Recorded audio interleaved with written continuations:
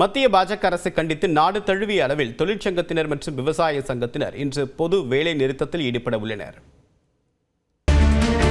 மாநில அரசுகள் மற்றும் தொழிற்சங்கங்களுடன் கலந்து ஆலோசிக்காமல் நிறைவேற்றப்பட்ட 4 தொகுப்பு சட்டங்களை திரும்ப பெற வேண்டும். மின்சார சட்டத்தை திரும்ப பெறக்கூடாது.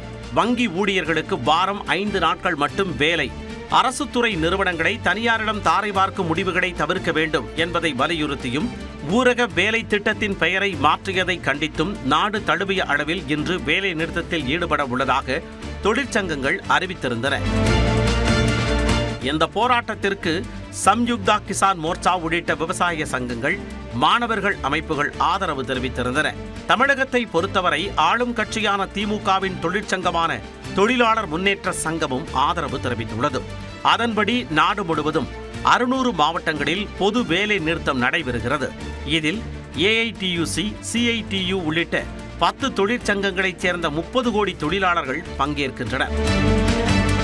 இந்த போராட்டத்தில் வங்கி ஊழியர்கள் மற்றும் பொது சேவை நிறுவன ஊழியர்கள் பங்கேற்பதால் அரசு அலுவலக வேலைகள் மற்றும் வங்கி பணிகள் முடங்கும் அபாயம் உள்ளது. அரசு பேருந்து சேவை, எல்ஐசி உள்ளிட்ட காப்பீட்டு நிறுவனங்கள், தொழில் நிறுவனங்கள் 125 நாட்கள் வேலை திட்ட பணிகளும் பாதிக்கப்படலாம் என்று கூறப்படுகிறது. பொது வேலை நிறுத்தத்தால் பாஜக ஆளும் ஒடிசா, அசாம் மாநிலங்களிலும் பெரும் தாக்கம் இருக்கும் என்று தொழிற்சங்கத்தினர் தெரிவித்துள்ளனர். அத்தியாவசிய சேவைகளுக்கு விலக்கு அளிக்கப்பட்டுள்ளதால் மருந்தகங்கள், ஆம்புலன்ஸ் போன்ற சேவைகள் பாதிக்காது. இதேபோன்று கல்வி நிறுவனங்கள், ஐடி நிறுவனங்கள் உள்ளிட்ட தனியார் அலுவலகங்கள் வழக்கம் போல் செயல்படும் என்று கூறப்படுகிறது. இதற்கிடையே தமிழ்நாடு அரசு போக்குவரத்து கழகம் வெளியிட்டுள்ள செய்தி குறிப்பில் வேலை நிறுத்த போராட்டத்தில் பங்கேற்காமல் போக்குவரத்து கழக ஊழியர்கள் தவறாமல் பணிக்கு வர வேண்டும் என்று கேட்டுக் கொள்ளப்பட்டுள்ளது. தொழிலாளர்களுக்கு இன்று வழங்கப்பட்ட விடுப்பு ரத்து செய்யப்படுவதாகவும் வார விடுமுறை, பணி ஓய்வு உள்ளவர்களும் கட்டாயம் பணிக்கு வர வேண்டும் என்றும் அறிவுறுத்தப்பட்டுள்ளது.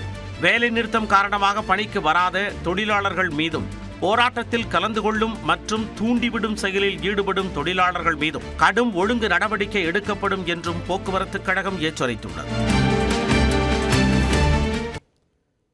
ஆட்சியில் பங்கு தமிழ்நாட்டிற்கு ஒத்து வராது என்று திட்டவட்டமாக தெரிவித்திருக்கிறார் முதலமைச்சர் மு.க.ஸ்டாலின். அதே சமயம் இந்த விவகாரத்தில் முதலமைச்சருடன் கட்சியின் தேசிய தலைமை பேசி முடிவெடுக்கும் என்று காங்கிரஸ் மாநில தலைவர் செல்வ பெருந்தகை கூறியுள்ளார்.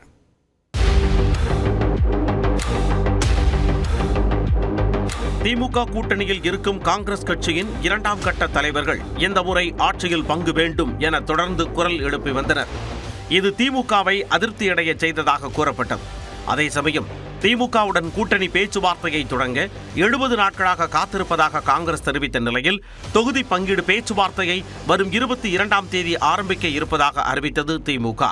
இதனைத் தொடர்ந்து ஆட்சியில் பங்கு கோரிக்கை விவகாரத்திற்கும் திமுக முற்றுப்புள்ளி வைத்திருக்கிறார். சென்னையில் தனியார் ஊடக நிகழ்ச்சி ஒன்றில் பேசிய முதலமைச்சர் மு.க.ஸ்டாலின் ஆட்சி அதிகாரத்தில் பங்கு என்ற கொள்கை தமிழ்நாட்டிற்கு ஒத்து வராது என்று திட்டவட்டமாக தெரிவித்தார். இது காங்கிரசுக்கும் நன்றாக தெரியும் என்று முதலமைச்சர் கூறினார். காங்கிரசுடனான கூட்டணி வலுவாக இருப்பதாகவும் அதில் பிளவை ஏற்படுத்த சிலர் இதுபோன்ற கருத்துக்கள் மூலம் சதித்திட்டம் தீட்டுவதாகவும் அவர் விமர்சித்தார். காங்கிரஸ் மூத்த தலைவர் ராகுல் காந்தி அரசியலை கடந்து தனக்கு ஒரு சகோதரர் என்றும் தனது குடும்பத்தில் ஒருவராகவே அவரை பார்ப்பதாகவும் முதலமைச்சர் தெரிவித்தார். கடந்த 2021ஆம் ஆண்டு தேர்தலை விட இம்முறை திமுக அமோக வெற்றி பெறும் என்றும் முதலமைச்சர் நம்பிக்கை தெரிவித்தார். இந்நிலையில் ஆட்சியில் பங்கு குறித்து இரு கட்சிகளின் தலைமையும் கூடி முடிவு செய்யும் என பதிலளித்திருக்கிறார் செல்வ பெருந்தகை. மாண்புமிகு முதலமைச்சர் அவருடைய கருத்தையும் கட்சியுடைய கருத்தையும் தமிழ்நாட்டில் என்ன நாட்டு நடப்புன்றதை பற்றி சொல்லியிருக்கார். இது எல்லோரையும் சேர்ந்து உட்காந்து பேசி எங்க அகில இந்திய தலைவர்கள், மாண்புமிகு முதலமைச்சர் அவர்களும் ஒரு நல்ல முடிவு எடுப்பாங்க. இதுல அவர் எப்படி சொல்லிட்டாரு, இவர் எப்படி சொல்லிட்டாரு, இதனால கூட்டணிக்குள்ள ஒரு பிணக்கு இருக்குமா, பிரச்சனை இருக்குமா, விரிசல் வரமா அப்படின்னு நிறைய பேர் இதை காத்துட்டு இருக்காங்க.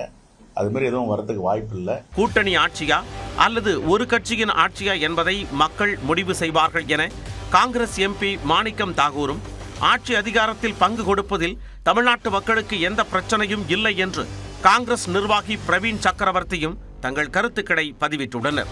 இந்நிலையில் கூட்டணி குறித்து பொதுவெளியில் பேசுவோர் மீது நடவடிக்கை எடுப்பதை தேசிய தலைமை பார்த்துக் கொள்ளும் என நியூஸ் 18 தமிழ்நாடு தொலைக்காட்சிக்கு அளித்த நேர்காணலில் செல்வ பெருந்தகை தெரிவித்தார். நான் என்ன சொல்றேன், பொதுவெளியில் பேசக்கூடாதுன்னு வாய்ப்புட்டு போட்டிருக்காங்க எங்களுடைய அகில இந்திய தலைமை. அதில் நான் ரொம்ப தெளிவாக இருக்கேன். அரசியலை பற்றி கேட்டால் அகில இந்திய தலைமை முடிவு பண்ணும். ஓகே. ஆனால் இங்கே தொடர்ந்து பேசிட்டு தான் இருக்கிறாங்க. அதுக்கு மேலே பார்த்துட்டு இருக்காங்க. அவங்க என்ன முடிவு பண்ணுறாங்க, முடிவு எடுத்து நடவடிக்கை எடுப்பாங்க. ஆட்சியில் பங்கு விவகாரம் திமுக காங்கிரஸ் கூட்டணியில் விரிசலை ஏற்படுத்தாது என இருதரப்பிலிருந்து கூறி வந்தாலும் அது சற்று உரசலை ஏற்படுத்தவே செய்திருக்கிறது என்று அரசியல் விமர்சகர்கள் கூறி வருகின்றனர். அரசு விழாக்களிலும் அதிகாரப்பூர்வ நிகழ்ச்சிகளிலும் தேசிய கீதத்திற்கு முன்பாக வந்தே மாதரம் பாடல் இசைக்கப்பட வேண்டும் என்று உள்துறை அமைச்சகம் அதிரடியாக உத்தரவிட்டுள்ளது.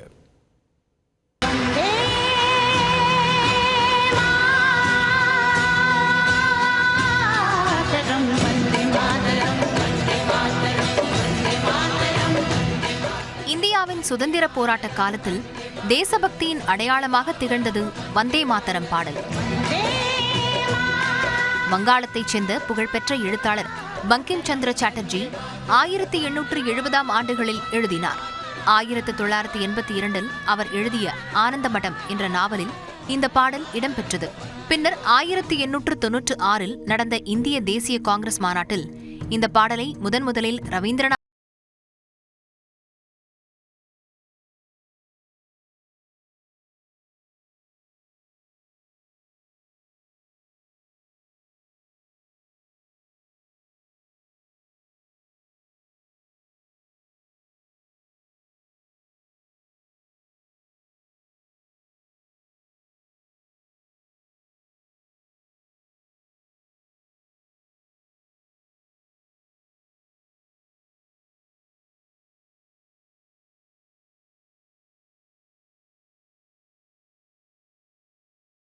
தற்போது கொண்டாடப்பட்டு வருகிறது.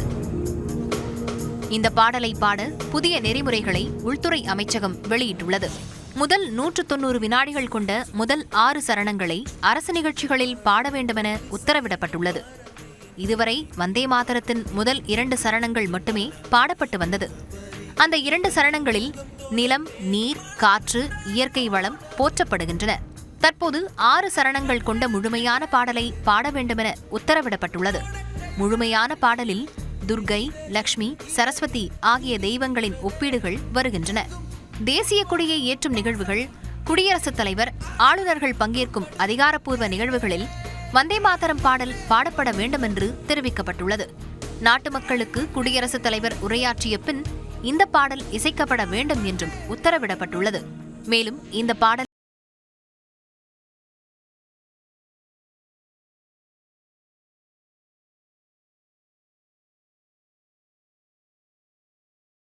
பள்ளிகளிலும் தினமும் காலையில் இந்த பாடலை மாணவர்கள் கூட்டாக பாடுவதை ஊக்குவிக்க வேண்டுமெனவும் தெரிவிக்கப்பட்டுள்ளது. வந்தே மாதரம் என்பதற்கு தாயே உன்னை வணங்குகிறேன் என்று பொருள். பாரத மாதாவை வளமிக்கவளாகவும் அறிவுமிக்கவளாகவும் ஆற்றல் மிக்க தெய்வமாகவும் உருவகப்படுத்தி இப்பாடல் போற்றுகிறது. 2002இல் BBC நிறுவனம் நடத்திய வாக்கெடுப்பில் உலகின் மிகவும் பிரபலமான முதல் 10 பாடல்களில் வந்தே மாதரம் 2வது இடத்தை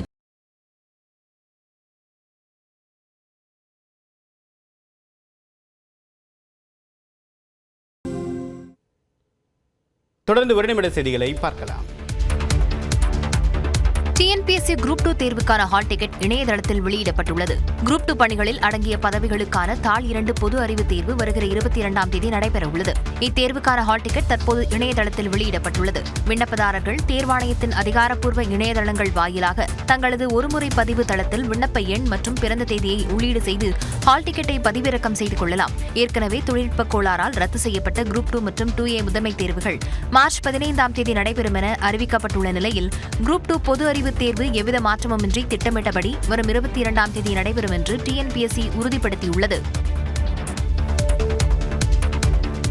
வரும் தேர்தலில் அதிமுக தனி பெரும்பான்மையோடு ஆட்சி அமைக்கும் என அக்கட்சியின் பொதுச் செயலாளர் எடப்பாடி பழனிசாமி நம்பிக்கை தெரிவித்துள்ளார். தனியார் தொலைக்காட்சிக்கு பேட்டியளித்த எடப்பாடி பழனிசாமி வரும் சட்டப்பேரவை தேர்தல் NDA கூட்டணி 210 தொகுதிகளில் வெற்றி பெறும் என்றும் அதிமுக பெரும்பான்மையான இடங்களில் வெற்றி பெற்று தனி பெரும்பான்மையோடு ஆட்சி அமைக்கும் என்றும் உறுதிபட தெரிவித்தார். தனக்கும் அமமுக பொதுச் செயலாளர் தினகரனுக்கும் இடையே இருந்த கருத்து வேறுபாடு சரியாகிவிட்டதாக கூறிய எடப்பாடி பழனிசாமி அதிமுகவில் O பன்னீர்செல்வத்திற்கும் சசிகலாவிற்கும் மீண்டும் இடம் உண்டா என்ற கேள்விக்கு பலமுறை தனது நிலைப்பாட்டை விலக்கிவிட்டதாக கூறினார். விஜய் சினிமாவில் தான் சூப்பர் ஸ்டார் என கூறிய எடப்பாடி பழனிசாமி வரும் தேர்தலில் தான் தவேகவிற்கான ஆதரவு தெரிய வரும் என்றார்.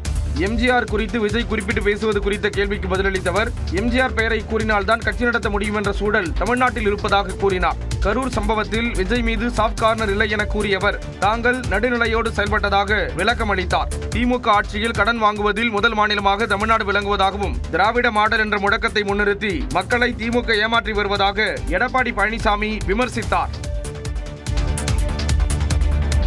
திமுக கூட்டணியில் விரிசலை ஏற்படுத்த பாஜக முயற்சி செய்வதாக நியூஸ் 18ற்கு அளித்த நேர்காணலில் காங்கிரஸ் மாநில தலைவர் செல்வ பெருந்தகை குற்றம் சாட்டிய நிலையில், விளையாட்டாக கூட அப்படி சொல்ல முடியாது என்று பாஜக முன்னாள் மாநில தலைவர் தமிழிசை சவுந்தரராஜன் பதிலடி கொடுத்துள்ளார். நிதியமைச்சர் நிர்மலா சீதாராமன் சொல்றாங்க, கூட்டணி முடிவெடுக்கிறதுலயே காங்கிரஸ் 2ஆ பிரிஞ்சிருக்கு தமிழ்நாட்டுல அப்படிங்கிறாங்க. அவங்களுடைய ஆசை, அவங்களுடைய கனவு, எப்படியாவது பிரிச்சு வெளியே அனுப்பிடலாமா, வீக்கெண்ட் பண்ணலாமா திமுக கூட்டணி. அது ஒருபோதும் அவருக்கு எந்த அளவுக்கு சிந்தனைகள் இருக்கோ, எந்த அளவுக்கு நினைக்கிறாரோ அதே தானே நாங்களும் நினைச்சிட்டு இருக்கோம்.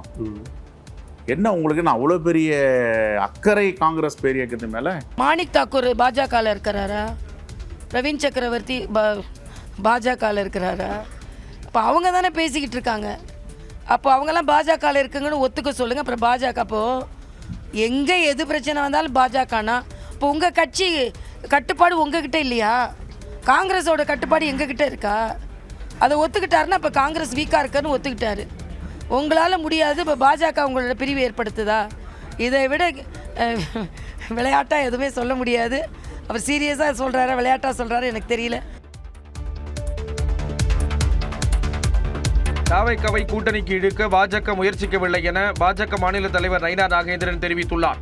நியூஸ் 18 தமிழ்நாடுக்கு பிரத்யேக நேர்காணல் அளித்த அவர், தாவைக்காவுடன் கூட்டணி பேச்சுவார்த்தை நடந்ததா என்ற கேள்விக்கு பதிலளித்தார். இல்லை, அது குறித்து எந்த முயற்சியும் நாங்கள் எடுக்கலை. பாரதிய ஜனதா கட்சியை பொறுத்த மட்டும் விஜய் வர வேண்டும் என்று நாங்கள் எந்த முயற்சியும் இதுவரைக்கும் எடுக்கவில்லை. தொடர்ந்து பேசிய அவர், அமமுக கூட்டணியில் இணைந்தது வெற்றி வாய்ப்பு கணக்கு என்றார். கடந்த 2021 தேர்தலில் மதிப்புக்குரிய டிடிவி அவர்கள் வாங்கின ஓட்டு, அந்த ஏடிஎம்கே வாங்கின ஓட்டையும் கூட்டி பார்த்தீங்கன்னா கிட்டத்தட்ட 109 தொகுதிகளில் ஜெயிக்கிறோம். தமிழ்நாட்டை பொறுத்தவரையில் அரித்மெட்டிக் கால்குலேஷன் 1-1-2ங்கிறது தான். திருமதி சசிகலா அவர்கள் ஒருவேளை அப்படி ஒரு தனிக்கட்சி தொடங்கும் போது தேசிய ஜனநாயக கூட்டணியில் இடம்பெறுவதற்கான வாய்ப்புகள் இருக்குமா? இல்லை, அதை பற்றி நான் இப்போ எந்த கருத்தும் சொல்ல முடியாது. அவங்க கட்சி தொடங்கின பிறகு வேணா சொல்கிறேன். அண்ணாமலையுடன் உரசல் என்ற தகவல் வதந்தி என கூறிய நயினா நாகேந்திரன் அண்ணன் தம்பியாக பழகி வருவதாக தெரிவித்தார். முன்னதாக செய்தியாளர்களிடம் பேசிய நயினா நாகேந்திரன், தேமுதிகவுடன் இதுவரை கூட்டணி பேச்சுவார்த்தை நடத்தவில்லை என்றார்.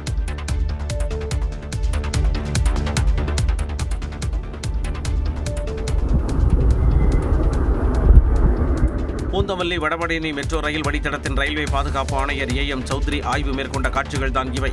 சென்னையில் 2ஆம் கட்டமாக 3 வழித்தடங்களில் 116 கிலோமீட்டர் தொலைவிற்கு மெட்ரோ ரயில் பணிகள் நடைபெறுகின்றன. இதில் கலங்கரை விளக்கம் பூந்தமல்லி வரையிலான வழித்தடத்தின் ஒரு பகுதியாக பூந்தமல்லி வடபழனி வரை 14.64 கிலோமீட்டர் தொலைவிற்கு உயர்மட்ட ரயில் பாதைகள் அமைக்கப்பட்டு அனைத்து கட்ட சோதனை பணிகள் முடிக்கப்பட்டன. இந்நிலையில் பூந்தமல்லி வடபழனி வழித்தடத்தில் தெற்கு மண்டல ரயில்வே பாதுகாப்பு ஆணையர் AM சௌத்ரி தலைமையிலான குழுவினர் நேற்று முதற்கட்ட ஆய்வை தொடங்கினர்.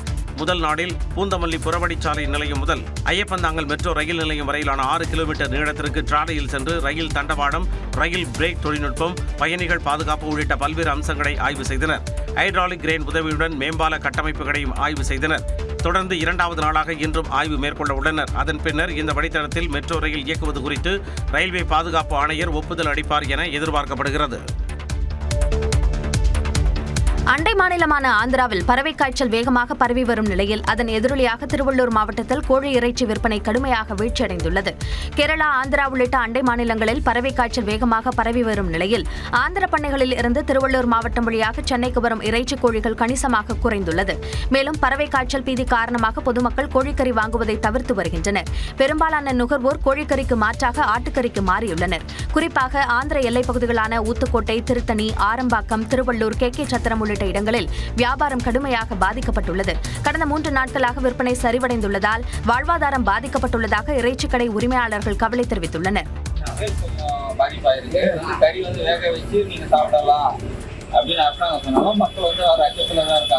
3 நாட்களுக்கு முன்பு 280 ரூபாய்க்கு விற்கப்பட்ட 1 கிலோ கோழிக்கறி தற்போது 220 ரூபாயாக குறைந்துள்ளது குறிப்பிடத்தக்கது.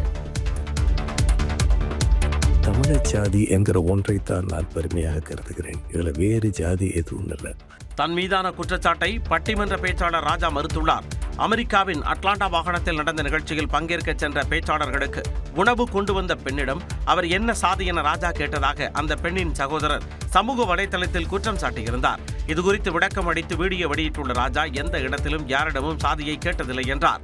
அவங்க யார், எவர், என்ன ஜாதி, இதெல்லாம் யோசிக்கிற அளவு எனக்கு சின்ன புத்தி இல்லை. நாங்கள் இத்தனை வருஷமாக தமிழ்நாட்டையும் தமிழ் மக்களையும் சந்திக்கிறோமே, எங்கேயாவது யாராவது நான் போய் ஜாதிய சமய உணர்வுகளோடு இருந்தேன்னு சொல்லுங்கள். என்னோடு பயணிக்கிற எல்லாருக்கும் தெரியும், என்னை சந்தித்த எல்லாருக்குமே தெரியும். உணவு கொண்டு வந்தவர்களை மகள்கள் போல தான் பார்த்ததாகவும் அவர் கூறினார். இதனிடையே பட்டிமன்றங்களில் நடுவராக செயல்படும் சாலமன் பாப்பையா ராஜாவுக்கு ஆதரவு தெரிவித்துள்ளார். அவர் எப்படிப்பட்டவர் என்பது எனக்கு நன்றாகவே தெரியும். என்னுடைய பிள்ளை அது. சாதிகள் இல்லையடி பாப்பா என்ற பாரதியின் சொந்தத்தை அவருடைய சிந்தையில் ஏற்றுக்கொண்டவர். அவருக்கு இந்த இப்படிப்பட்ட எண்ணங்கள் கிஞ்சித்தும் இருக்காது. ஒரு தவறான கருத்திற்கு இத்தனை ஆர்ப்பாட்டங்கள் நடப்பதை பார்க்கும் பொழுது நட்பை விட பகைமை மேலோங்கி இருப்பதை பார்ப்பதாகவும் சாலமன் பாப்பையா கூறியுள்ளார்.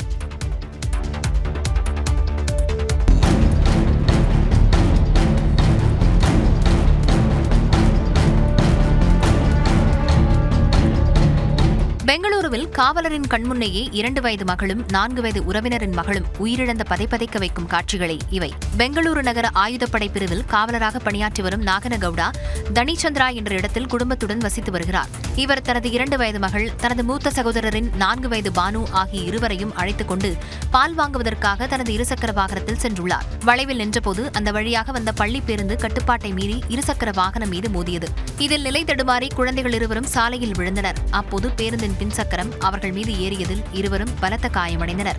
உடனடியாக அங்கிருந்தவர்கள் குழந்தைகளை மீட்டு அருகிலுள்ள மருத்துவமனைக்கு கொண்டு சென்றனர். ஆனால் சிகிச்சை பலனின்றி 2 குழந்தைகளும் உயிரிழந்தனர். இச்சம்பவத்தில் தந்தை நாகனகவுடா சிறு காயங்களுடன் உயிர் தப்பினார்.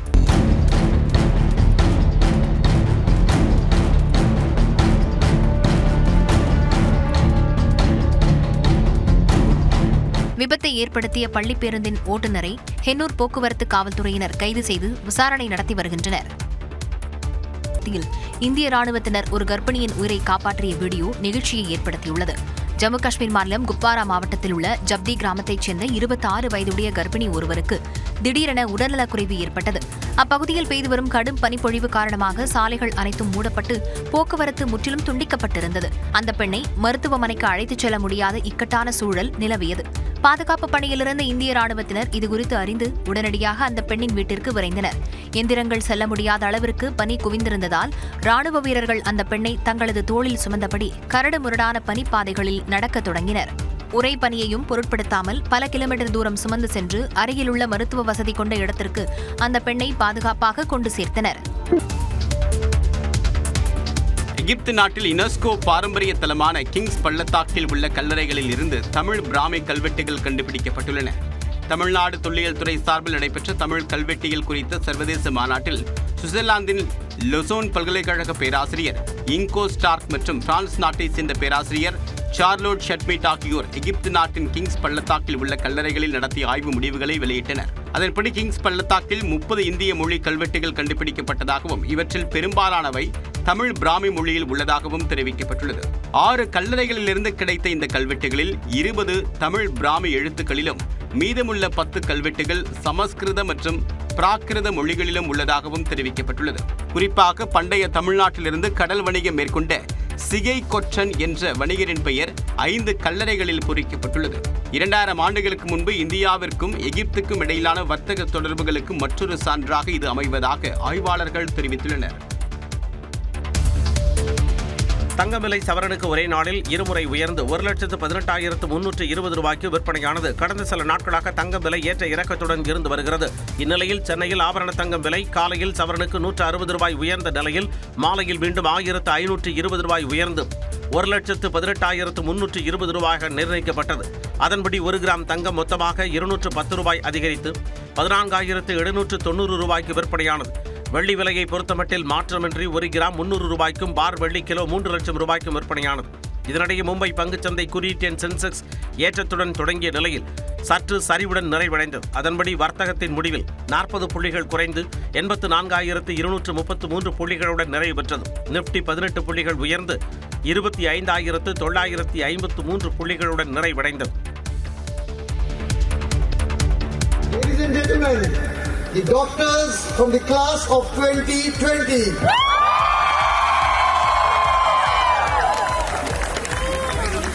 சினிமா பயணத்திற்கிடையே தனது மருத்துவ படிப்பையும் வெற்றிகரமாக நிறைவு செய்ததை நடிகை ஸ்ரீலீலா கொண்டாடிய காட்சிகள்தான் இவை. சினிமாவில் அறிமுகமான சில வருடங்களிலேயே முன்னணி நடிகர்களுடன் ஜோடி சேர்ந்து தெலுங்கு நடிகை ஸ்ரீலீலா கவனம் ஈர்த்தார்.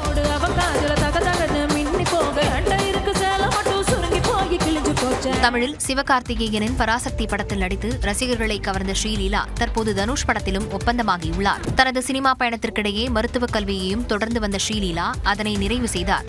ஸ்ரீலீலாவின் தாய் ஸ்வர்ணலதா மருத்துவராக உள்ள நிலையில் தனது பாட்டியின் ஆசைக்காக மருத்துவம் படித்ததாக ஸ்ரீலீலா முன்பு ஒரு பேட்டியில் கூறியிருந்தது குறிப்பிடத்தக்கது. 2026 சட்டமன்ற தேர்தலில் டெல்லி அணிக்கும் தமிழ்நாடு அணிக்கும் இடையேதான் போட்டி என்று கூறியுள்ள முதலமைச்சர் மு க ஸ்டாலின் தொகுதி பங்கீடு விவகாரத்தை தான் பார்த்துக் கொள்வதாகவும் பேசியுள்ளார்.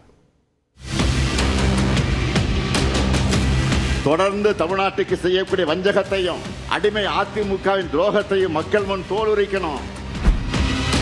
பாஜகவின் டெப்பா இன்ஜினுக்கு முன்னால தமிழ்நாட்டுடைய திராவிட மாடல் சூப்பர் ஃபாஸ்ட் இன்ஜின் என்றும் தலைகுனியாது. கூட்டணி தொகுதி, எந்த தொகுதி யாருக்கு யார் வேட்பாளர், இதையெல்லாம் நான் பார்த்துக்கிறேன். செங்கல்பட்டு மாவட்டம் திருவிடந்தையில் திமுக மண்டல வாக்குச்சாவடி முகவர்கள் மாநாடு நடைபெற்றது. இதில் திமுக தேர்தல் பரப்புரைக்கான பாடல் வெளியிடப்பட்டது.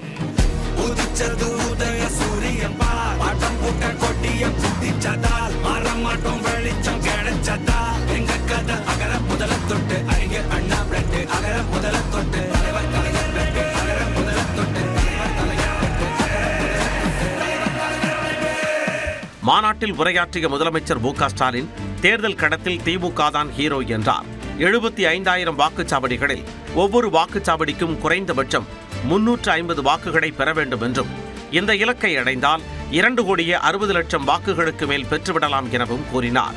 நீங்க ஒவ்வொருத்தரும் குறைஞ்சது 40-50 வாக்குகளுக்கு பொறுப்பேற்றுக்குங்க. சக்சஸ்ஃபுல்லா செஞ்சாலே வெற்றி உறுதி. நீங்க ஒவ்வொருத்தரும் 100 வாக்காளர்களை தேர்தலுக்குள்ள மினிமம் 5 முறையாவது மீட் பண்ணணும், சந்திச்சாக்கணும். திமுக கூட்டணி தவிர்த்து யாருக்கு வாக்களித்தாலும் வளர்ச்சி அரசியல் மாறி கலவர அரசியல் தான் நடக்கும் என்றும் தெரிவித்தார்.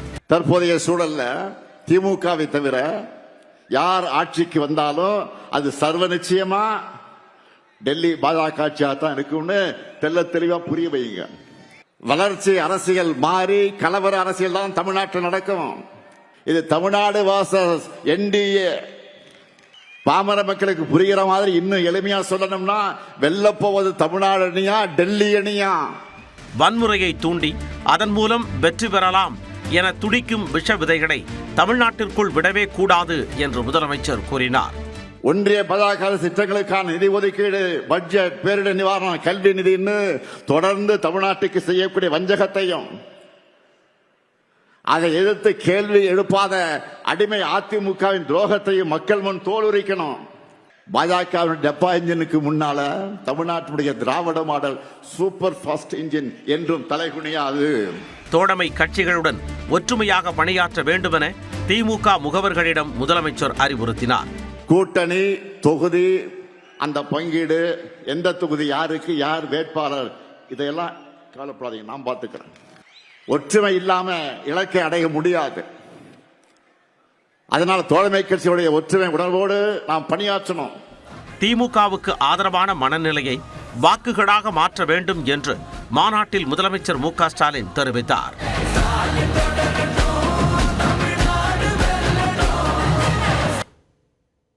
தொடர்ந்து எக்ஸ்பிரஸ் 18 செய்திகளை பார்க்கலாம்.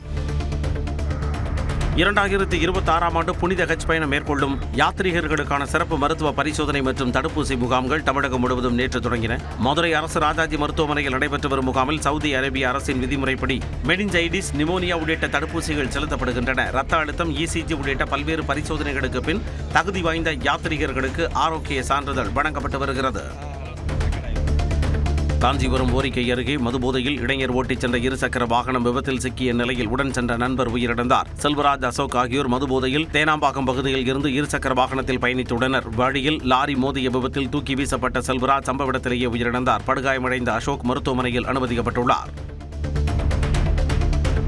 திருவள்ளூர் மாவட்டம் புதிய எருமைவெட்டிப்பாளையத்தில் 2000 ஆண்டுகள் பழமை வாய்ந்த ஸ்ரீ வரமுக்தீஸ்வரர் கோவில் குடமுழுக்கு விமர்சையாக நடைபெற்றது. யாகசாலை பூஜைகளை தொடர்ந்து ராஜகோபுர கலசங்களுக்கு புனித நீர் ஊற்றப்பட்டு மகா தீபாராதனை காண்பிக்கப்பட்டது. இதில் பொன்னேரி மற்றும் சுற்றுவட்டார பகுதிகளைச் சேர்ந்த ஏராளமான பக்தர்கள் கலந்து கொண்டு தரிசனம் செய்தனர். புதுக்கோட்டையில் பள்ளி மாணவருக்கு பாலியல் தொல்லை கொடுத்த வழக்கில் இளைஞருக்கு 7 ஆண்டுகள் சிறை தண்டனை விதித்து தீர்ப்பளிக்கப்பட்டது. 2021ஆம் ஆண்டில் கந்தர்வக்கோட்டை காளியம்மன் கோவில் திருப்பகுதியைச் சேர்ந்த மதுபாலன் 10ஆம் வகுப்பு பள்ளி மாணவருக்கு பாலியல் தொல்லை கொடுத்த வழக்கில் கைது செய்யப்பட்டார். மாவட்ட மகிழா நீதிமன்றம் மதுபாலனுக்கு சிறை தண்டனை விதித்ததை அடுத்து அவர் சிறையில் அடைக்கப்பட்டார். தஞ்சை மாவட்டம் பாபநாசம் அருகே கோடியக்குறிச்சியில் பலத்த காற்றால் வயலில் விழுந்த மின் கம்பங்கள் 20 நாட்களாகியும் இதுவரை அப்புறப்படுத்தப்படவில்லை என குற்றச்சாட்டு எழுந்துள்ளது. இதனால் கோடை நெல் சாகுபடி பாதிக்கப்படுவதோடு மேய்ச்சலுக்கு வரும் ஆடு மாடுகள் மின் கம்பிகளில் சிக்கி உயிரிழக்கும் அபாயம் உள்ளதாக கூறும் விவசாயிகள் போர்க்கால அடிப்படையில் புதிய மின் கம்பங்களை நட்டு மின் விநியோகம் வழங்க கோரிக்கை விடுத்துள்ளனர்.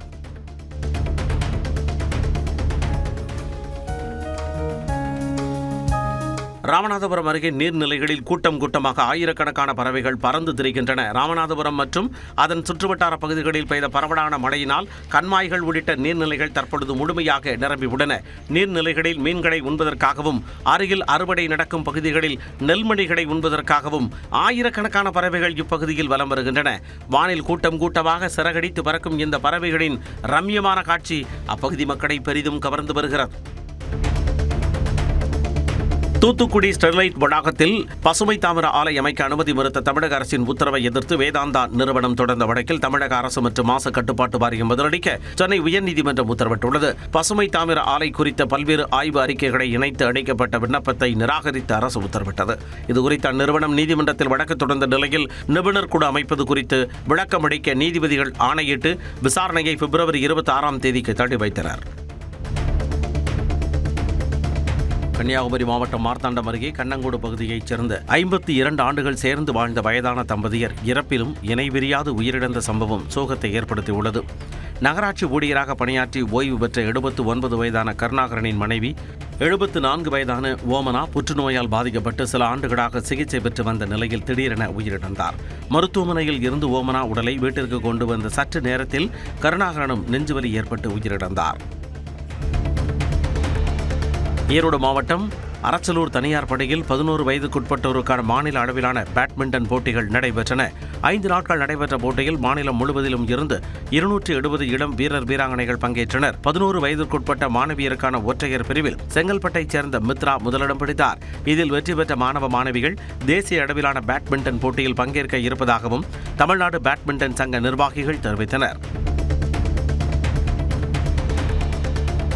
அமைச்சர் அனிதா ராதாகிருஷ்ணன் மீதான சொத்து குவிப்பு வழக்கு விசாரணையை வருகின்ற பிப்ரவரி 16ஆம் தேதி ஒத்திவைத்து தூத்துக்குடி மாவட்ட நீதிமன்ற நீதிபதி உத்தரவிட்டுள்ளார். அமைச்சர் அனிதா ராதாகிருஷ்ணன் மற்றும் அவரது குடும்பத்தினர் சகோதரர்கள் மீதான அளவுக்கு அதிகமான சொத்து குவிப்பு வழக்கு விசாரணையில் அரசு தரப்பு சாட்சிகள் விசாரணை நிறைவடைந்துள்ளது. விசாரணை தற்பொழுது இறுதிக்கட்டத்தை எட்டியுள்ள நிலையில் அவரது 3 மகன்களில் அனந்த பத்மநாபன், அனந்த மகேஸ்வரன் ஆகிய இருவர் மட்டும் நேரில் ஆஜரானதைத் தொடர்ந்து விசாரணை வரும் 16ஆம் தேதிக்கு ஒத்திவைக்கப்பட்டுள்ளது.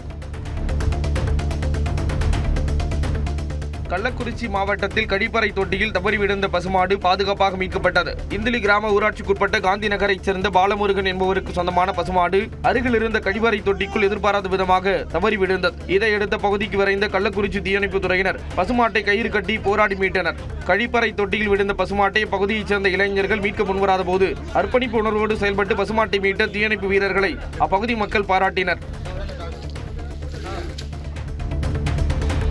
கோவை மாநகராட்சி சாதாரண கூட்டம் மேயர் ரங்கநாயகி தலைமையில் நடைபெற்றது.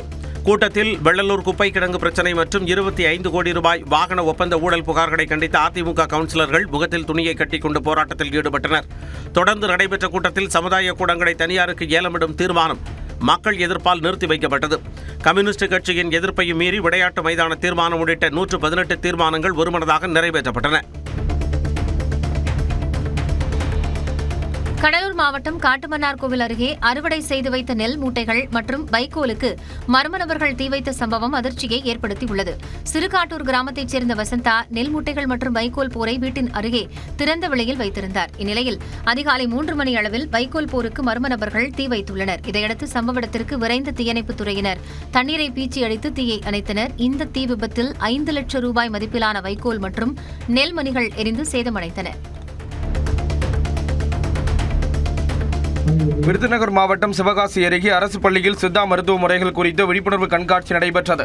மாரநேரி அரசு தொடக்கப்பள்ளியில் புதுப்பட்டி அரசு ஆரம்ப சுகாதார நிலையம் மற்றும் தன்னார்வ தொண்டு நிறுவனத்தின் சார்பாக நடைபெற்ற கண்காட்சியில் பல்வேறு அரிய வகை மூலிகை மருந்துகள் காட்சிப்படுத்தப்பட்டிருந்தன. ஜீரணத்திற்குரிய தானிய ரகங்கள், திரிதோட சமண பொருட்கள் என வரிசையாக அடுக்கி வைக்கப்பட்டிருந்த கண்காட்சியை அனைவரும் பார்வையிட்டு அதற்குரிய விளக்கங்களை கேட்டறிந்தனர். சிவகங்கை மாவட்டம் இளையான்குடியில் குடியிருப்பு மற்றும் மயான பகுதிக்கு அருகே 2.5 ஏக்கரில் அமைந்துள்ள குப்பை கிடங்கை அகற்ற கோரி பொதுமக்கள் மற்றும் பல்வேறு அமைப்பினர் போராட்டத்தில் ஈடுபட்டனர். குப்பைகள் எரிக்கப்படுவதால் ஏற்படும் புகைமூட்டத்தால் மக்கள் உடல்நலம் பாதிக்கப்படுவதாக குற்றம் சாட்டி போராட்டக்காரர்கள் பேரூராட்சி அலுவலகத்தை முற்றுகையிட முயன்றனர். காவலர்கள் அவர்களை தடுத்து நிறுத்திய நிலையில் உரிய நடவடிக்கை எடுப்பதாக உறுதியளித்ததைத் தொடர்ந்து போராட்டம் தற்காலிகமாக கைவிடப்பட்டது. நெல்லை மாவட்டம் கூடங்குளம் பகுதியில் நிலவும் கடும் குடிநீர் தட்டுப்பாட்டை கண்டித்து 1000க்கும் மேற்பட்ட வீடுகளில் கருப்பு கொடி கட்டி பொதுமக்கள் போராட்டத்தில் ஈடுபட்டுள்ளனர். ராதாபுரம் தொகுதிக்கான 605 கோடி ரூபாய் மதிப்பிலான கூட்டு குடிநீர் திட்டத்தில் கூடங்குளம் புறக்கணிக்கப்பட்டுள்ளதாக கிராம மக்கள் குற்றம் சாட்டுகின்றனர். அணுமின் நிலைய பணிகளால் மக்கள் குடியேற்றம் அதிகரித்துள்ள நிலையில் உடனடியாக குடிநீர் தேவையை பூர்த்தி செய்ய கோரி அரசுக்கு மக்கள் வலியுறுத்தி வருகின்றனர். கடலூரில் 21 ஆண்டு கால நீண்ட போராட்டத்திற்கு பிறகு சுனாமியால் பாதிக்கப்பட்ட 375 குடும்பங்கள் உட்பட மொத்தம் 650 பேருக்கு விலையில்லா வீட்டுமனை பட்டாக்கள் வழங்கப்பட்டன. தேவனாம்பட்டினம், மஞ்சக்குப்பம் மற்றும் திருப்பாதிரி புலியூர் பகுதிகளைச் சேர்ந்த மக்களுக்கு மாவட்ட ஆட்சியர் சிபி ஆதித்ய செந்தில்குமார் பட்டாக்களை வழங்கினார். தங்களது குடியிருப்புக்கு நிரந்தர அங்கீகாரம் அளித்த தமிழக முதல்வருக்கு பயனாளிகள் நன்றி தெரிவித்தனர். திருவள்ளூர் மாவட்டம் திருத்தணியில் அரசு பேருந்தில் படிக்கட்டில் தொங்கியபடி பள்ளி மாணவர்கள் ஆபத்தான முறையில் பயணம் செய்யும் காட்சி அதிர்ச்சியை ஏற்படுத்தியுள்ளது. அரசு பேருந்து ஒன்று திருத்தணி நோக்கி சென்று கொண்டிருந்தது. இதில் பள்ளி மாணவர்கள் சிலர் படிக்கட்டில் தொங்கியபடி பயணித்தனர். ஜன்னல் கம்பிகளை பிடித்துக் கொண்டு கால்களை தரையில் தேய்த்தபடி அவர்கள் பயணம் செய்தனர். இதனை பார்த்த மற்ற பயணிகள் அதிர்ச்சியடைந்தனர். இதுகுறித்து அதிகாரிகள் நடவடிக்கை எடுக்க கோரிக்கை எழுந்துள்ளது.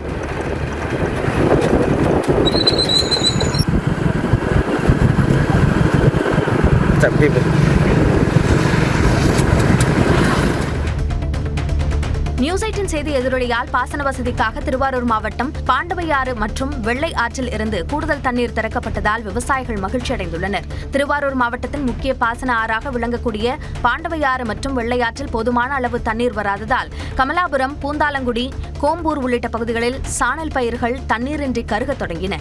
இதுகுறித்து நியூஸ் 18 தொலைக்காட்சியில் செய்தி ஒளிபரப்பப்பட்ட நிலையில் நீர்வளத்துறை சார்பில் பாண்டவையாற்றில் 450 கன அடியும் வெள்ளை ஆற்றில் 550 கன அடியும் கூடுதலாக தண்ணீர் திறக்கப்பட்டுள்ளது. ஊழல் குறைந்த நாடுகளின் பட்டியலில் இந்தியா 91வது இடத்திற்கு முன்னேறியுள்ளதாக ஆய்வு ஒன்றில் தெரிவிக்கப்பட்டுள்ளது. ஜெர்மனியின் பெர்லினைச் சேர்ந்த டிரான்ஸ்பரன்சி இன்டர்நேஷனல் என்ற அமைப்பு உலக அளவிலான ஊழல் தரவரிசை பட்டியலை ஆண்டுதோறும் வெளியிட்டு வருகிறது. அந்த வகையில் 182 நாடுகளை கொண்ட அந்த பட்டியலில் இந்தியா 91வது இடத்தில் உள்ளதாக தெரிவிக்கப்பட்டுள்ளது. முந்தைய ஆண்டு 96வது இடத்தில் இருந்த நிலையில் தற்போது இந்தியா ஊழல் தடுப்பில் சற்று முன்னேறியுள்ளதாக தெரிவிக்கப்பட்டுள்ளது. ஊழல் குறைந்த நாடுகள் பட்டியலில் டென்மார்க் முதலிடத்திலும், பின்லாந்து மற்றும் சிங்கப்பூர் அடுத்தடுத்த இடங்களிலும் உள்ளன. வங்கிகளில் உரிமை கோரப்படாத நிலையில் இருந்த சுமார் 72,000 கோடி ரூபாய் ரிசர்வ் வங்கியின் கணக்குக்கு மாற்றப்பட்டதாக மத்திய அரசு தரப்பில் தெரிவிக்கப்பட்டுள்ளது. சேமிப்பு மற்றும் நடப்பு கணக்குகளில் வைத்திருந்து 10 ஆண்டுகள் செயல்படாமல் இருக்கும் இருப்புகள் மற்றும் முதிர்வு தேதியிலிருந்து 10 ஆண்டுகளாக உரிமை கோரப்படாத வைப்புத் தொகைகள் உள்ளிட்டவை இவற்றில் அடங்கும் என்றும் தெரிவிக்கப்பட்டுள்ளது. இந்திய ரிசர்வ் வங்கியால் பராமரிக்கப்பட உள்ள இந்த சுமார் 72,000 கோடி நிதி எதிர்காலத்தில் கல்வி மற்றும் விழிப்புணர்வு நிதிக்கு மாற்றப்படும் என்றும் தெரிவிக்கப்பட்டுள்ளது. இன்ஸ்டாகிராமை போலவே வாட்ஸ்அப்பிலும் நெருங்கிய நண்பர்களுக்கு மட்டும் பதிவுகளை காட்டும் வகையிலான வசதி கொண்டுவரப்பட்டுள்ளது. இன்ஸ்டாகிராமில் பல புதிய அம்சங்கள் வாட்ஸ்அப்புக்கும் கொண்டுவரப்படுவது அண்மை காலமாக அதிகரித்து வருகிறது. அந்த வகையில் நெருங்கிய நண்பர்களுக்கு மட்டும் பதிவுகளை காட்டும் வகையில் மாற்றிக்கொள்ளும் வசதி விரைவில் வரவுள்ளதாக கூறப்படுகிறது. க்ளோஸ் ஃப்ரெண்ட்ஸ் என்ற பெயரில் இந்த வசதி இடம்பெறக்கூடும் என தகவல் வெளியாகியுள்ளது. இந்தியாவை வர்த்தக ஒப்பந்தம் மூலமாக அமெரிக்காவிற்கு பிரதமர் நரேந்திர மோடி விற்றுவிட்டதாக மக்களவை எதிர்க்கட்சித் தலைவர் ராகுல் காந்தி குற்றம் சாட்டியுள்ளார். Are you not ashamed of selling India? Epstein case. மக்களவையில் பட்ஜெட் மீதான விவாதத்தின் மீது எதிர்க்கட்சித் தலைவர் ராகுல் காந்தி உரையாற்றினார். அவர் பேசத் தொடங்கியதும் நிதியமைச்சர் நிர்மலா சீதாராமன் அவையில் இல்லை என காங்கிரஸ் எம்பி KC வேணுகோபால் குற்றம் சாட்டினார். நிதியமைச்சர் அவையில் இல்லாததற்கு நாடாளுமன்ற விவகாரத்துறை அமைச்சர் கிரண் ரிஜிஜு விளக்கமளித்த பிறகு தனது பேச்சை தொடங்கிய ராகுல் காந்தி தற்காப்பு கலையில் முதலில் பிடி, பிறகு நெருக்கடி, இறுதியில் சரணடைதல் என வரிசை முறை இருப்பதாக கூறினார். இந்த கிரிப் அரசியலிலும் உண்டு என்றும் அமெரிக்காவுடனான வர்த்தக ஒப்பந்தம் இத்தகையதுதான் என கூறினார். दिख जाता है कि बात समझ आ जाती है कि अब मैंने इसको पकड़ लिया है और होता क्या है सर, वो रेजिस्ट करता है, पहले 2-3 बार ऐसे रेजिस्ट करता है और फिर उसको भी पता लग जाता है कि मैं गया और फिर वो वहां पे बात खत्म हो जाती है और फिर वो सरेंडर करके ऐसे टैप कर देता है. இந்தியாவிற்கு பலனளிக்காத வர்த்தக ஒப்பந்தம் மூலம் இந்தியாவை அமெரிக்காவிற்கு மோடி விற்றுவிட்டதாக குற்றம் சாட்டினார். That you have sold India. Are you not ashamed of selling India? Do you have no shame of selling India? You have sold our mother, Bharat Mata. Do you have no shame? தொடர்ந்து பேசிய ராகுல் Gandhi 2 காரணங்களுக்காகத்தான் அமெரிக்காவிடம் India சரணடைந்து விட்டதாக தெரிவித்தார். He will not do it. You know why he sold India? Because they are choking him. Ek sir Epstein case. Some 3 million files are still locked up. उसका इस विषय से कोई संबंध नहीं. I want to understand. அமெரிக்காவுடனான ஒப்பந்தம் இந்தியாவின் நலன்களுக்கு எதிரானது என குறிப்பிட்ட ராகுல் காந்தி அமெரிக்காவின் வரி விகிதம் 16% இருந்து 0% குறைந்துள்ள நிலையில் இந்தியாவின் வரி 3% இருந்து 18% உயர்ந்திருப்பதாக தெரிவித்தார். விவசாயிகள், ஜவுளித்துறையினர், மீனவர்கள் என அனைவரின் வாழ்வாதாரத்தையும் மத்திய அரசு பறித்துவிட்டதாகவும் குற்றம் சாட்டினார். செயற்கை நுண்ணறிவு தொழில்நுட்பத்திற்கு தரவு மிக அவசியம் என கூறிய ராகுல் காந்தி அந்த தரவை அமெரிக்காவிற்கு தாரை வார்ப்பது நமது எதிர்காலத்தையே அடகு வைப்பதற்கு சமம் என்று கூறினார். இந்தியா கூட்டணி ஆட்சியில் இருந்தால் அமெரிக்காவிடம் சமநிலையில் அமர்ந்து பேச்சுவார்த்தை நடத்தி இருப்போம் என்றும் குறிப்பிட்டார். ராகுல் காந்தியின் குற்றச்சாட்டுகளுக்கு பதிலளித்த நிதியமைச்சர் நிர்மலா சீதாராமன் அவர் ஒரு கற்பனை உலகில் வாழ்ந்து கொண்டிருப்பதாகவும் நாட்டின் பொருளாதார யதார்த்தங்களை புரிந்து கொள்ளவில்லை என்றும் குற்றம் சாட்டினார். ராகுல் காந்தி முன்வைத்த நாட்டை விற்றுவிட்டீர்கள் என்ற குற்றச்சாட்டை மறுத்த நிர்மலா இந்த ஒப்பந்தம் இந்தியாவின் நீண்டகால பொருளாதார வளர்ச்சியை மனதில் கொண்டே உருவாக்கப்பட்டதாக தெரிவித்தார். மத்திய அமைச்சர் ஹர்தீப் சிங் பூரி எப்ஸ்டீன் ஃபைல்கள் குறித்து ராகுலின் கருத்தை கோமாளித்தனம் என்று விமர்சித்ததுடன் அவர் குறிப்பிட்ட பெயர்கள் பொதுவெளியில் உள்ள ஒரு குழுவின் பயண விவரங்கள் மட்டுமே என்றும் விளக்கமளித்தார். தொடர்ந்து எக்ஸ்பிரஸ் 18 செய்திகளை பார்க்கலாம். சட்டமன்ற தேர்தலுக்கான பாஜக மேலாண்மை குழு அறிவிக்கப்பட்டுள்ளது. பாஜக மாநில தலைவர் நயினா நாகேந்திரன் தலைமையில் இந்த மேலாண்மை குழு அமைக்கப்பட்டுள்ளது. குழுவின் அமைப்பாளராக முன்னாள் MP பொன் ராதாகிருஷ்ணன் நியமிக்கப்பட்டுள்ளார். இணை அமைப்பாளர்களாக SR சேகர், RN ஜெயபிரகாஷ், மா வெங்கடேசன், மாலா செல்வகுமார், ராமபிரியன் ஆகியோர் நியமிக்கப்பட்டுள்ளனர்.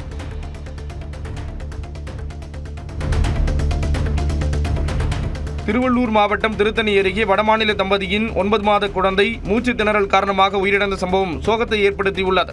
வடமாநிலத்தைச் சேர்ந்த சுனில் சீதா தம்பதியினர் கனகமாச்சத்திரம் பஜார் வீதியில் வாடகை வீட்டில் வசித்து வருகின்றனர். இந்நிலையில் தாய் சீதா அவரது 9 மாத குழந்தைக்கு பால் கொடுத்துக் கொண்டிருந்த போது திடீரென குழந்தைக்கு மூச்சு திணறல் ஏற்பட்டதாக கூறப்படுகிறது. இதையடுத்து கனகமாச்சத்திரம் அரசு ஆரம்ப சுகாதார நிலையத்திற்கு குழந்தை கொண்டு செல்லப்பட்ட நிலையில் அங்கு குழந்தையை பரிசோதித்த மருத்துவர் குழந்தை ஏற்கனவே உயிரிழந்து விட்டதாக கூறியுள்ளார். திண்டுக்கல் மாவட்டம் கொடைக்கானல் பெருமாள்மலை அருகே வனப்பகுதியில் காட்டுத்தீ ஏற்பட்டுள்ளது. அங்குள்ள செடி கொடிகள் சமீப காலமாக காய்ந்து காணப்படும் நிலையில் அவற்றில் திடீரென தீப்பற்றியது. காற்றின் வேகம் அதிகமாக இருந்ததால் தீ மளமளவென பரவியது. இதனால் அங்குள்ள அரிய வகை பறவைகள் இடம்பெயரும் சூழல் ஏற்பட்டுள்ளது. எனவே தீ மேலும் பரவாமல் இருக்க தீத்தடுப்பு கோடுகள் அமைக்க கோரிக்கை வைக்கப்பட்டுள்ளது. சென்னை வேளச்சேரியில் மசாஜ் சென்டரில் புகுந்து ஊழியர்களை கத்தி முனையில் மிரட்டி நகை, பணம், செல்போன் உள்ளிட்டவற்றை கொள்ளையடித்து சென்ற 5 பேர் கைது செய்யப்பட்டனர். வேளச்சேரி 100 அடி சாலையில் உள்ள மசாஜ் சென்டருக்குள் புகுந்த 8 பேர் கொண்ட கும்பல் கத்திகளை காட்டி ஊழியர்களை மிரட்டி அவர்களிடமிருந்து 6 சவரன் தங்க நகை, 6 செல்போன்கள், பணம் மற்றும் CCTV கேமராவின் DVR பாக்ஸ் ஆகியவற்றை திருடிச் சென்றனர். இது குறித்து வழக்கு பதிவு செய்து விசாரணை நடத்தி வந்த வேளச்சேரி காவல் நிலைய காவலர்கள் ஆனந்தகுமார், ரவிக்குமார், தினேஷ், வீரமுத்து, ஜெகதீஷ் ஆகிய 5 பேரை கைது செய்தனர். தலைமறைவாக உள்ள மேலும் 3 பேரை தேடி வருகின்றனர். நாமக்கல் மாவட்டம் பரமத்தி வேலூர் அருகே மின்கம்பத்தில் இருசக்கர வாகனம் மோதியதில் இளைஞர் உயிரிழந்தார். ஜேடர்பாளையம் அருகே குன்னத்தூர் சாமிநாதபுரத்தைச் சேர்ந்த சவுந்தரராஜனும் சின்னகொண்டம்பாளையத்தைச் சேர்ந்த கவினும் இருசக்கர வாகனத்தில் பரமத்தி வேலூரில் இருந்து ஜேடர்பாளையம் நோக்கி சென்றனர். அப்போது நிலை தடுமாறி ஆனங்கூர் அரசு உயர்நிலைப் பள்ளி அருகே சாலையோரம் இருந்த மின்கம்பத்தில் வாகனம் மோதியது. இதில் படுகாயமடைந்த சவுந்தரராஜன் சம்பவ இடத்திலேயே உயிரிழந்தார். பின்னால் அமர்ந்து வந்த கவினுக்கு கால் எலும்பு முறிவு ஏற்பட்ட நிலையில் அவர் மருத்துவமனையில் சிகிச்சை பெற்று வருகிறார். மத்திய அரசின் திட்டங்களுக்கு திமுக அரசு ஸ்டிக்கர் ஒட்டுவதாக தமிழக பாஜக முன்னாள் தலைவர் அண்ணாமலை குற்றம் சாட்டியுள்ளார். மகளிருக்கான தோழி விடுதி திட்டம் மத்திய அரசின் சக்தி நிவாஸ் நிதி உதவியுடன் தொடங்கப்பட்டது என்றும் இதற்காக 223 கோடி ரூபாய் ஒதுக்கப்பட்டிருப்பதாகவும் அவர் தெரிவித்துள்ளார். உண்மை நிலை இப்படி இருக்க இத்திட்டத்தை மாநில அரசின் புதிய திட்டமாக முதலமைச்சர் முன்னிறுத்துவது மக்களை ஏமாற்றும் செயல் என விமர்சித்துள்ளார். சிவகங்கையில் திமுக கவுன்சிலர் ஒருவர் தன்னுடைய வார்டில் தூய்மை பணியாளர்களிடம் விசிலை பறித்து மினி மைக்கை வழங்கிய நிலையில் அதற்கு எதிர்வினையாக தாவேகாவினர் அதே வார்டு பொதியில் விசிலை ஊதி பிரச்சாரம் மேற்கொண்டனர். சிவகங்கை 21வது வார்டு உறுப்பினரான திமுகவை சேர்ந்த ஆயுப் கான் தூய்மை பணியாளர்களை பயன்படுத்திய விசிலை வாங்கி குப்பையில் போட்டுவிட்டு அதற்கு மாற்றாக மினி மைக்கை வழங்கினார். அதற்கு எதிர்வினையாற்றக்கூடிய விதமாக சிவகங்கை நகர்பகுதியை சேர்ந்த தாவேகாவினர் விசில் ஊதி பரப்புரை மேற்கொண்டனர். விழுப்புரம் மாவட்டம் மயிலத்தில் 9 வயது சிறுமியை பாலியல் வன்கொடுமை செய்த இளைஞருக்கு 20 ஆண்டுகள் சிறை தண்டனை விதித்து நீதிமன்றம் உத்தரவிட்டுள்ளது. கடந்த 2021ஆம் ஆண்டு மயிலத்தில் வீட்டில் தனியாக இருந்த 9 வயது சிறுமியை பாலியல் வன்கொடுமை செய்ததாக கௌதமன் என்பவர் கைது செய்யப்பட்டார். இது தொடர்பான வழக்கு விழுப்புரம் போக்சோ நீதிமன்றத்தில் நடைபெற்று வந்தது. இவ்வழக்கில் கௌதமனுக்கு 20 ஆண்டு சிறை தண்டனையும் 10,000 ரூபாய் அபராதமும் விதித்து விழுப்புரம் போக்சோ நீதிமன்றம் உத்தரவிட்டது. மேலும் பாதிக்கப்பட்ட சிறுமிக்கு தமிழக அரசு 2 லட்சம் ரூபாய் இழப்பீடாக வழங்க வேண்டும் எனவும் நீதிமன்றம் உத்தரவிட்டது. புதுக்கோட்டை மாவட்டம் கரம்பக்குடியில் 30 குரல்களில் மிமிக்ரி செய்து அசத்திய பள்ளி மாணவனுக்கு பாராட்டுகள் குவிந்தன. கரம்பக்குடி தனியார் மேல்நிலைப் பள்ளி ஒன்றில் 12ஆம் வகுப்பு படிக்கக்கூடிய மாணவன் அஸ்வின் பள்ளி ஆண்டு விழாவில் நடிகர்கள், அரசியல் பிரமுகர்கள் உட்பட 30 வகையான குரல்களில் தத்ரூபமாக மிமிக்ரி செய்து அசத்தினார். எனக்கு எந்த காயனாலும் என் உடம்பு தாங்கிடும், ஓ உடம்பு தாங்குமா தாங்காது. அபிராமி அபிராமி அபிராமி. சேலம் மாவட்டம் ஓமலூர் அருகே விஷம் வைத்து 3 மாடுகள் கொல்லப்பட்டதாக காவல் நிலையத்தில் புகார் அளிக்கப்பட்டுள்ளது. செம்மாண்டப்பட்டி ஏனாதியில் வசிக்கும் பெருமாள் என்பவருக்கு சொந்தமான 3 மாடுகள் மர்மமான முறையில் விவசாய தோட்டத்தில் உயிரிழந்து கிடந்துள்ளன. இதனால் அதிர்ச்சியடைந்த அவர் தனது மாடுகளுக்கு மர்ம நபர்கள் விஷம் வைத்து கொன்றுவிட்டதாக ஓமலூர் காவல் நிலையத்தில் புகார் அளித்துள்ளார். இதையடுத்து கால்நடை மருத்துவர் வரவழைக்கப்பட்டு பிரேத பரிசோதனை செய்யப்பட்ட நிலையில் இந்த சம்பவம் குறித்து காவலர்கள் விசாரணை நடத்தி வருகின்றனர். திருச்செந்தூர் சுப்பிரமணிய சுவாமி கோவிலில் பிப்ரவரி மாத உண்டியல் காணிக்கையாக சுமார் 5 கோடி ரூபாய் கிடைத்திருப்பதாக கோவில் நிர்வாகம் தெரிவித்துள்ளது. 100க்கும் மேற்பட்டோர் இந்த உண்டியல் எண்ணக்கூடிய பணியில் ஈடுபட்டனர். தைப்பூச திருவிழா நடைபெற்றதால் கடந்த முறை உண்டியல் காணிக்கையை விட 1,60,00,000 ரூபாய் கூடுதலாக மொத்தம் 4,77,70,918 ரூபாய் காணிக்கையாக கிடைத்துள்ளது. மேலும் 1,071 கிராம் தங்கமும் 31,811 கிராம் வெள்ளியும் 1,296 வெளிநாட்டு பணத்தாள்களையும் பக்தர்கள் காணிக்கையாக செலுத்தியுள்ளனர். காஞ்சிபுரம் மாநகராட்சிக்குட்பட்ட பகுதிகளில் வீடு வீடாக சென்று அதிமுக முன்னாள் அமைச்சர் வி. சோமசுந்தரம் அதிமுகவுக்கு ஆதரவாக தீவிர வாக்கு சேகரிப்பில் ஈடுபட்டார். கடந்த அதிமுக ஆட்சியை காட்டிலும் தற்போதைய திமுக ஆட்சியில் உள்ள விலைவாசி உயர்வு வேறுபாடுகளை டிஜிட்டல் முறையில் பதிவேற்றம் செய்து ரசீதாக வழங்கி வாக்கு சேகரித்தார். கேரள மாநிலம் கோழிக்கோடு மாவட்டத்தில் சாலையில் சென்ற ஆட்டோவிலிருந்து பள்ளிச் சிறுமி தவறி விழுந்த சிசிடிவி காட்சிகள் வெளியாகி அதிர்ச்சியை ஏற்படுத்தியுள்ளன. கோதமங்கலம் தொடக்கப்பள்ளியிலிருந்து மாணவர்களை அழைத்துக் கொண்டு சென்ற ஆட்டோ கொயிலாண்டி அருகே சென்றபோது அதில் பயணித்த 1ஆம் வகுப்பு மாணவி ஆராதிகா ஆட்டோவிலிருந்து தவறி கீழே விழுந்தார். அக்கம் பக்கத்தினர் சிறுமியை மீட்டு அருகிலுள்ள தனியார் மருத்துவமனையில் சிகிச்சைக்காக அனுமதித்தனர்.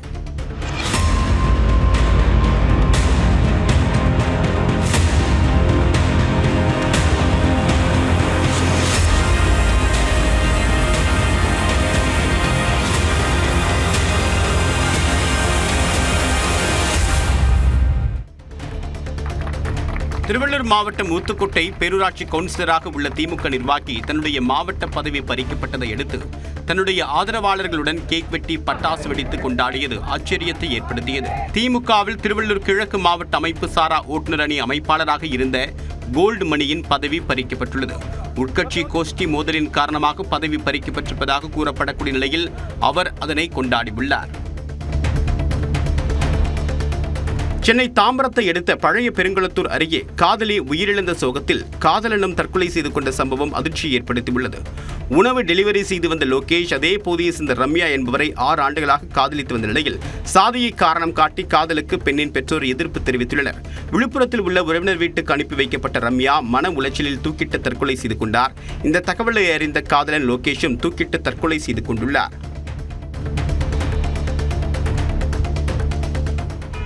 தஞ்சை மாவட்டம் கீழ்வாசல் அருகே கணவனால் பெட்ரோல் ஊற்றி கொளுத்தப்பட்டு சிகிச்சை பெற்று வந்த பெண் உயிரிழந்தார். கீழ்வாசலைச் சேர்ந்த ராஜ்குமார், அவரது மனைவி வினோதினி ஆகியோர் கருத்து வேறுபாடு காரணமாக பிரிந்து வாழ்ந்து வந்தனர்.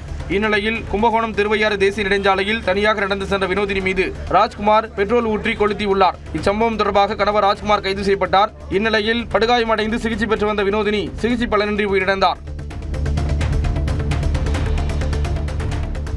கிருஷ்ணகிரி மாவட்டம் ஓசூர் அருகே தெருவில் விளையாடிய சிறுவனை தெருநாய் கடித்து குதறியதால் பலத்த காயங்களுடன் ஓசூர் அரசு மருத்துவமனையில் அனுமதிக்கப்பட்டார்.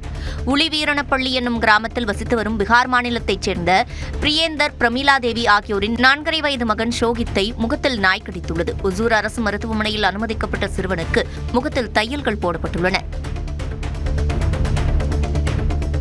சென்னையை அடுத்த பெரம்பூர் அருகே குடும்ப பிரச்சனையை தீர்த்து வைப்பதாக கூறி இளம்பெண்ணை பாலியல் இச்சைக்கு இணங்குமாறு வற்புறுத்திய ஓய்வு பெற்ற நீதிமன்ற உதவியாளர் கைது செய்யப்பட்டார்.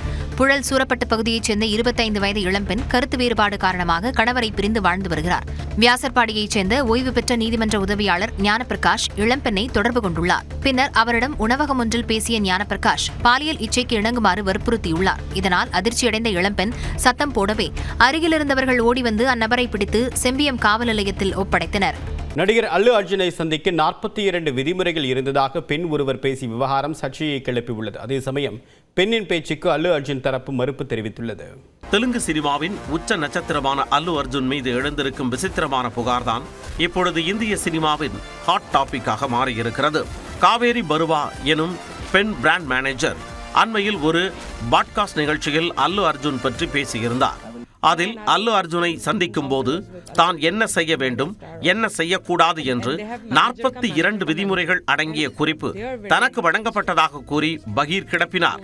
அவர்களுக்கு மேனேஜருக்கெல்லாம் ஒரு மேனேஜர், அதற்கு மேல் மற்றொரு மேனேஜர் இருப்பார்கள், மிகவும் கண்டிப்புடன் நடந்து கொள்வார்கள் என்று பேச ஆரம்பித்தார் காவேரி. அல்லு அர்ஜுனின் கண்களை பார்த்து பேசக்கூடாது, அவருடன் கைகுலுக்க கூடாது, அவரிடம் இருந்து 3 அடி அல்லது அதற்கு மேற்பட்ட இடைவெளியை பின்பற்ற வேண்டும் என்பன உள்ளிட்ட கட்டுப்பாடுகள் அதில் இருந்ததாக தெரிவித்தார். இந்த வினோத கட்டுப்பாடுகளுக்கு என்ன காரணம் என்று தனக்கு தெரியவில்லை எனவும், அதே சமயம் வேறு எதையும் தான் சொல்ல மாட்டேன் என்றும் காவேரி பேசியிருந்தார். And they have manager ka manager and they are very strict. Like, don't look into sir's eyes, don't shake your hands, don't, and yeah. But why can't I look at him? मेरे को क्या पता, that's the rule. और क्या rule है? और नहीं बताऊंगी. காவேரி பருவாவின் பேச்சு சமூக வலைத்தளத்தில் தீயாய் பரவ அல்லு அர்ஜுனை சந்திப்பதற்கான ஒட்டுமொத்த விதிமுறைகளும் இதுதான் என கூறி சமூக வலைத்தளத்தில் பல பதிவுகள் வெளியாகின. அதில் எப்பொழுதும் அல்லு அர்ஜுனை சார் என்றே அழைக்க வேண்டும், அல்லு அர்ஜுன் இருக்கும்போது செல்போனையோ வாட்சையோ பார்க்க கூடாது, கைகளை எப்பொழுதும் வெளியே தெரியும்படி வைத்திருக்க வேண்டும் என்பன உள்ளிட்ட கட்டுப்பாடுகள் இருந்தன. அதே சமயம் காவேரி பருவாவின் பேச்சுக்கு அல்லு அர்ஜுன் ரசிகர்கள் இணையத்தில் கடும் எதிர்ப்பு தெரிவித்தனர். படப்பிடிப்பு தடத்தில் ஒவ்வொருவரையும் அல்லு அர்ஜுன் மதித்து செயல்படுவார் என கூறி புஷ்பா படத்தில் நடித்த రాజశేఖర్ అణింగి వీడియో வெளியிட்டார். మీ ఐడెంటిటీ కోసం మీకు ఏదో పేరు తెచ్చుకోవడానికని అలాగా ఊరికనే బేస్లెస్ కమెంట్స్ అనేది దయచేసి చేయొద్దు. అండ్ ఇంకొకటి, ప్రతి టెక్నీషియన్ ప్రతి ఆర్టిస్ట్ డైలీ మార్నింగ్ వచ్చిన వెంటనే విష్ చేస్తారు. పొరపాటున ఏమైనా డిలే అయితే సారీ అండి మార్నింగ్ మీకు విష్ చేయలేదని కూడా చెప్పే ఒక లైక్ హుందాగల వ్యక్తి అతను. இந்த விவகாரம் தெலுங்கு சினிமாவில் புயலை கிளப்ப அல்லு அர்ஜுனின் குழு அறிக்கை ஒன்றை வெளியிட்டது. அதில் அல்லு அர்ஜுன் குறித்து கூறப்பட்ட கருத்துக்கள் உண்மைக்கு புறம்பானவை என்றும் தவறான குற்றச்சாட்டை அடித்தவர்கள் மீது வழக்கு தொடர உள்ளதாகவும் தெரிவித்தது.